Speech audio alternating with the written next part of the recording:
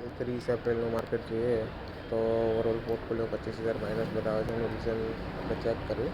Lowest આપણામાં કયો minus થયો છે તો વેદાંતાની અંદર તમે જોઈ શકો છો 64%નો લોસ ઓવરઓલ દેખાડે છે.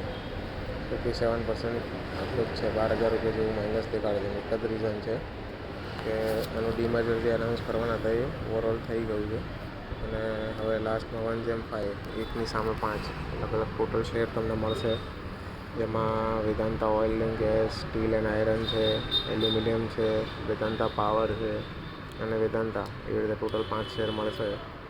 અને જે ભાવે તમે જે બાય કર્યું છે એ પ્રાઇસ નોટ કરી રાખજો, એટલે ડીમર્જર પછી કયો સ્ટોક તમને કેટલામાં મળે છે અને કેટલી ક્વોન્ટિટી મળે છે તમે એમાં કેલ્ક્યુલેટ કરી શકો. બાકી કંઈ બી હોય તો આમાં કમેન્ટ કરજો અને તમારા રિવ્યૂ જણાવજો. જે મિત્ર વેદાંતાના શેર હોલ્ડ કરે છે એને પણ મોકલી આપજો.